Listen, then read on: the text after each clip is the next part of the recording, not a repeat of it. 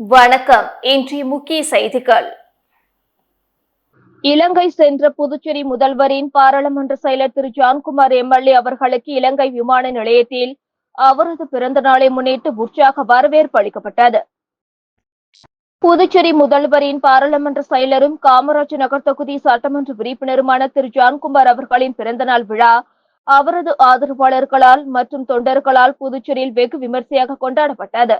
இந்நிலையில் Thailand, Singapore, Malaysia, இலங்கை, ஐக்கிய அரபு எமிரேட்ஸ் போன்ற நாடுகளுக்கு அவ்வப்போது சென்று வரும் திரு ஜான்குமார் அவர்கள் இவ்வருடம் தனது பிறந்த நாளை முன்னிட்டு இலங்கை சென்றிருந்த நிலையில் இலங்கை விமான நிலையத்தில் அவரது பிறந்த நாளை முன்னிட்டு அவருக்கு உற்சாக வரவேற்பு அளிக்கப்பட்டது. புதுச்சேரி முதல்வரின் பாராளுமன்ற செயலாளரும் சட்டமன்ற உறுப்பினருமான திரு ஜான்குமார் அவர்களின் பிறந்த நாளை முன்னிட்டு இலங்கை விமான நிலையத்தில் இலங்கை பாரம்பரிய முறைப்படி இசை, நடனம் மற்றும் பல்வேறு கலை நிகழ்ச்சிகள் மூலம் அவருக்கு உற்சாக வரவேற்பு அளித்தது அவருடன் சென்றிருந்த நண்பர்களுக்கு வியப்பை தந்தது. இந்நிலையில் தனது பயணத்தை முடித்துக் கொண்டு திரு ஜான்குமார் அவர்கள் விரைவில் புதுச்சேரி திரும்புவார் என்று எதிர்பார்க்கப்படுகிறது.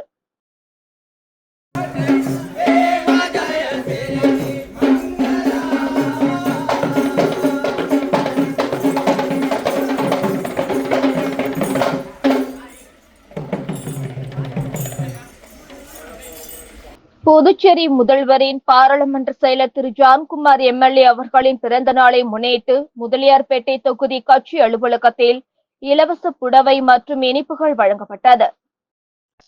புதுச்சேரி முதல்வரின் பாராளுமன்ற செயலாளரும் காமராஜ் நகர் தொகுதி சட்டமன்ற உறுப்பினருமான திரு ஜான்குமார் அவர்களின் பிறந்தநாள் விழா அவரது தொண்டர்கள் மற்றும் ஆதரவாளர்களால் சிறப்பாக கொண்டாடப்பட்டது.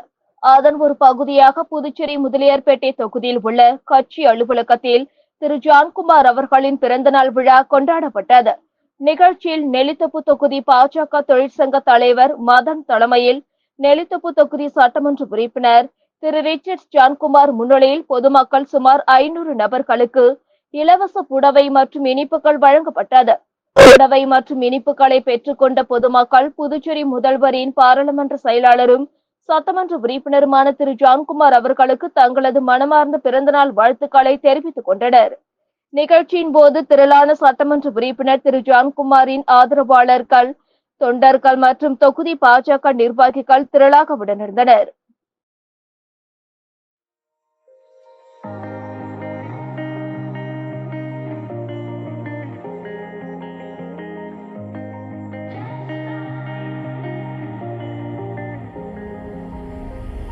When I'm blue, I think of you in your eyes, how they look at mine, so kind and like that. You slow down time and everything's just fine. I was ocean swimming with just wishbone thinking of my life, the vision drifting by, until I found a lighthouse in your heart, shining like a beacon of bright stars. How did life go wandering far, until I found a lighthouse in your heart, guiding me out the dark.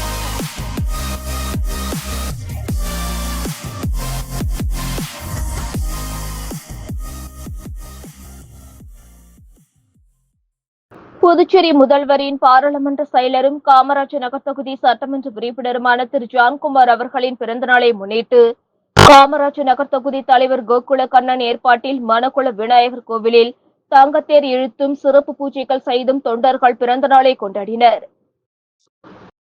Puducherry முதல்வரின் பாராளுமன்ற செயலாளரும் காமராஜ் நகர் தொகுதி சட்டமன்ற உறுப்பினருமான திரு ஜான்குமார் அவர்களின் பிறந்தநாளை முன்னிட்டு காமராஜ் நகர் தொகுதி தலைவர் கோகுல கண்ணன் ஏற்பாட்டில் மணக்குள விநாயகர் கோவிலில் தங்கத்தேர் இழுத்தும் சிறப்பு பூஜைகள் செய்தும் பிறந்தநாள் விழா சிறப்பாக கொண்டாடப்பட்டது.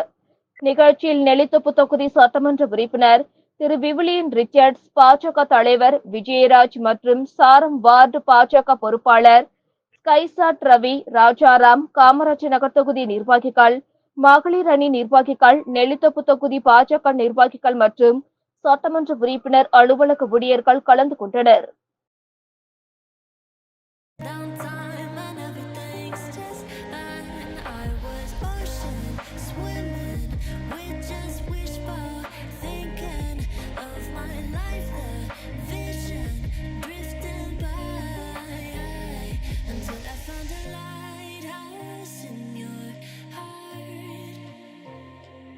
shining like a beacon of bright stars. I was in a life wondering far until I found a lighthouse guiding me out the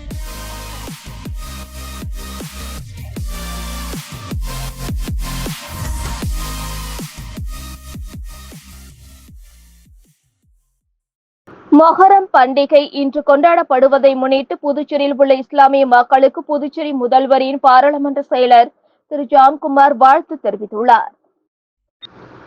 இது தொடர்பாக அவர் வெளியிட்டுள்ள வாழ்த்து செய்தியில், நபிகள் நாயகத்தின் போதனைகளை பின்பற்றி உலக மக்கள் அனைவரும் அன்போடும் அமைதியோடும் சகோதரத்துவ உணர்வோடும் வாழ்வதற்கான நம்பிக்கையை இந்த தியாக திருநாள் வழங்கட்டும்.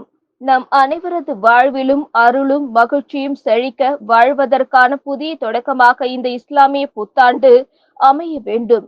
இந்த புதிய மாதத்தை கடைபிடிக்கும் உங்கள் இதயம் பொறுமையாலும், எண்ணம் தூய்மையாலும், கருணை, நீதி மற்றும் அசைக்க முடியாத பக்தி ஆகியவற்றால் உங்கள் வாழ்க்கை நிரம்பட்டும் என அவர் தனது வாழ்த்து செய்தியில் குறிப்பிட்டுள்ளார். டாக்டர் ஷியாமா பிரசாத் முகர்ஜியின் வாழ்க்கை வரலாற்றை விளக்கும் புகைப்பட கண்காட்சியை கவர்னர், முதலமைச்சர் ஆகியோர் திறந்து வைத்து பார்வையிட்டனர். புதுச்சேரி அரசு கலை பண்பாட்டுத்துறை சார்பில் டாக்டர் ஷியாமா பிரசாத் முகர்ஜியின் 125வது பிறந்தநாள் விழா கடற்கரை சாலையில் அமைந்துள்ள புதுச்சேரி நகராட்சி அரங்கில் இன்று கொண்டாடப்பட்டது.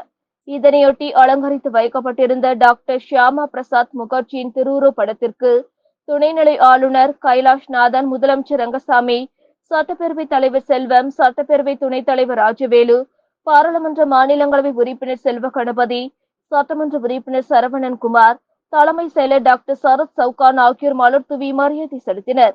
இதனைத் தொடர்ந்து டாக்டர் ஷியாமா பிரசாத் முகர்ஜியின் வாழ்க்கை வரலாற்றை விளக்கும் புகைப்பட கண்காட்சியை துணைநிலை ஆளுநர் மற்றும் முதலமைச்சர் ஆகியோர் திறந்து வைத்து பார்வையிட்டனர். தனியார் நிறுவனங்களில் உள்ளூர் இளைஞர்களுக்கு வேலைவாய்ப்பில் முன்னுரிமை வழங்க வலியுறுத்தி இந்திய ஜனநாயக வாலிபர் சங்கத்தினர் ஆர்ப்பாட்டத்தில் ஈடுபட்டனர்.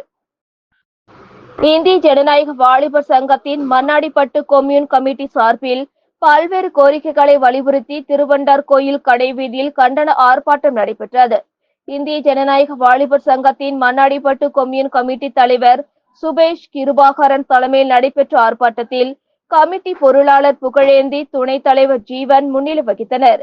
இந்திய ஜனநாயக வாலிபர் சங்கத்தின் மாநில தலைவர் கௌசிகன், மாநில செயலாளர் சஞ்சய் சேகரன், மாநில பொருளாளர் ரஞ்சித்குமார், மத்திய குழு உறுப்பினர் ஆனந்த், இந்திய மாணவர் சங்க புதுச்சேரி மாநில தலைவர் ஸ்டீபன் ராஜ், மாநில செயலாளர் பிரவீன்குமார் உள்ளிட்டோர் கண்டன உரையாற்றினர்.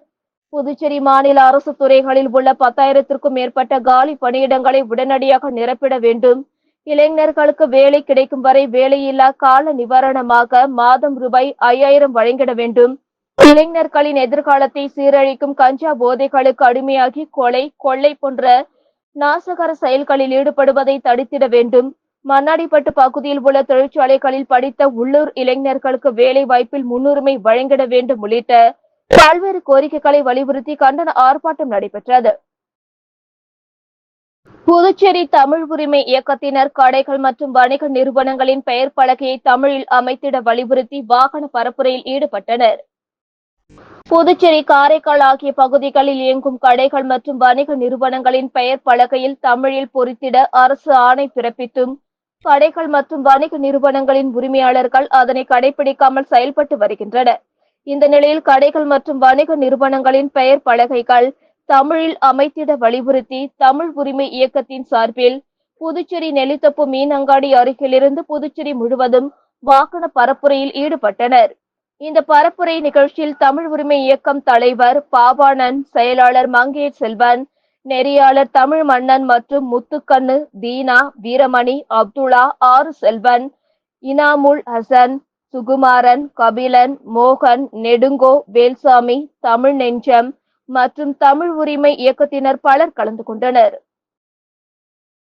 புதுச்சேரி மேட்டுப்பாளையம் பகுதியில் வரும் 7 மற்றும் 8ஆம் தேதி ஆகிய 2 நாட்கள் குடிநீர் விநியோகம் நிறுத்தப்படுகிறது. புதுச்சேரி பொதுப்பணித்துறை அலுவலகம் வெளியிட்டுள்ள செய்திக்குறிப்பில், மேட்டுப்பாளையம் மேல்நிலை நீர்த்தேக்க தொட்டியில் பராமரிப்பு பணி மேற்கொள்வதால் 7 மற்றும் 8ஆம் தேதி ஆகிய 2 நாட்களில் குடிநீர் விநியோகம் நிறுத்தப்படுகிறது. மேட்டுப்பாளையம், சண்முகாபுரம், மாணிக்க செட்டியார் நகர், சோனியா காந்தி நகர், வடக்கு பாரதிபுரம், மீனாட்சிப்பேட்டை, VP சிங் நகர், மங்கலட்சுமி நகர், ராம் நகர், கதிர்காமம், நெசவாளர் குடியிருப்பு ஆகிய பகுதிகளில் நாளை 7ஆம் தேதி மற்றும் நாளை மறுநாள் 8ஆம் தேதி ஆகிய 2 நாட்களில் குடிநீர் விநியோகம் நிறுத்தப்படுகிறது என குறிப்பிடப்பட்டுள்ளது. புதுச்சேரியில் பெண்கள் உட்பட 3 பேரிடம் 61,000 ரூபாய் மோசடி செய்த கும்பலை போலீசார் தேடி வருகின்றனர். புதுச்சேரி மக்கள் நகரை சேர்ந்த நபரை அறிமுகமில்லாத நபர் தொடர்பு கொண்டு பேசினார். வீட்டில் இருந்தபடி ஆன்லைன் மூலம் பணம் சம்பாதிக்கலாம் என கூறினார். அதை நம்பி அவர் 30,943 ரூபாயை அந்த நபருக்கு அனுப்பி ஏமாந்தார். கரையாம்புத்தூரை சேர்ந்த நபரை தொடர்பு கொண்டு பேசிய நபர் பகுதி நேர வேலை இருப்பதாக தெரிவித்தார். அதை நம்பி 12,772 ரூபாய் அனுப்பி அவர் ஏமாந்தார். இருளன் சந்தை பகுதியை சேர்ந்த பெண் ஒருவரிடம் தனியார் நிறுவன கடன் அதிகாரி என ஒருவர் அறிமுகம் செய்து பேசினார். குறைந்த வட்டிக்கு 5 லட்சம் கடன் கொடுப்பதாக கூறினார். அதற்கு முன்பணமாக 17,300 ரூபாயை அந்த நபருக்கு அனுப்பி ஏமாந்தார். மூவரும் கொடுத்த புகாரின் பேரில் சைபர் கிரைம் போலீசார் வழக்கு பதிந்து மோசடி கும்பலை தேடி வருகின்றனர். மக்களுக்கு நல்ல தலைவரை கொடுங்கள் என பாஜகவிற்கு காங்கிரஸ் மாநில தலைவர் வைத்திலிங்கம் கோரிக்கை வைத்துள்ளார். புதுச்சேரி காங்கிரஸ் கட்சி அலுவலகத்தில் செய்தியாளர்களிடம் பேசிய வைத்திலிங்கம் MP, புதுச்சேரியில் உள்ள காங்கிரஸ் தலைவர்கள் தேர்தலை சந்தித்து மக்கள் செல்வாக்கை பெற்றுள்ளோம். ஆனால் புதுச்சேரி பாஜக தலைவர் ராமலிங்கம் அப்படி இல்லை. அவர் தேர்தலை இதுவரை பார்க்காதவர். முன்பு மக்களையும் தேர்தலையும் பார்க்காமல் நியமன MLA-வாக நியமிக்கப்பட்டார். தற்பொழுதும் தேர்தலை பார்க்காமல் தலைவராக வந்துள்ளார். பாஜகவில் பல ஆண்டுகளாக கட்சியில் இருந்தவர்களுக்கு தலைவராக இருக்க வாய்ப்பு தரவில்லை. கஷ்டப்பட்டவர்களுக்கு பதவி கிடைக்கவில்லை. எட்டப்பராக இருந்து கட்சி மாறியவருக்கு பாஜக தலைவராக வந்துள்ளார். பாஜகவிற்கு நேரடியாகவே ஒரு கோரிக்கை வைக்கிறேன். மக்களுக்கு நம்பிக்கை தருகின்ற நல்ல தலைவரை கொடுங்கள். ஏனெனில் இவர்கள் உங்களையும் காட்டி கொடுத்துவிட்டு அடுத்த கட்சிக்கு தாவுவதற்கு எத்தனை காலம் ஆகும் என்பதை பாஜக மேலிடம் யோசித்து பார்க்க வேண்டும். உங்கள் தலைவர் ராமலிங்கத்தை மறுபரிசீலனை செய்து மாற்றிவிடுங்கள். உண்மையான தொண்டருக்கு அந்த பதவியை கொடுங்கள் என்றார். முன்னாள் இந்திய துணை பிரதமர் பாபு ஜெகஜீவன் ராம் நினைவு தினத்தையொட்டி அவரது சிலைக்கு சபாநாயகர் செல்வம் மாலை அணிவித்து மரியாதை செலுத்தினார். முன்னாள் இந்திய துணை பிரதமர் பாபு ஜெகஜீவன் ராமின் நினைவு நாள் புதுச்சேரி அரசு சார்பில் இன்று அனுசரிக்கப்பட்டது. இதனையொட்டி லாஸ்பேட்டை ஏர்போர்ட் சாலையில் அமைந்துள்ள அவரது திருவுருவ சிலைக்கு சட்டப்பேரவைத் தலைவர் செல்வம், சட்டப்பேரவை துணைத் தலைவர் ராஜவேலு, பாராளுமன்ற மாநிலங்களவை உறுப்பினர் செல்வ கணபதி, சட்டமன்ற உறுப்பினர் சரவணன்குமார் ஆகியோர் மாலை அணிவித்து மரியாதை செலுத்தினர். அதனைத் தொடர்ந்து காங்கிரஸ் சட்டமன்ற உறுப்பினர் வைத்தியநாதன் உட்பட பலர் மாலை அணிவித்து மரியாதை செலுத்தினார்கள். இதுவுடன் செய்திகள் நிறைவடைந்தன. வணக்கம்.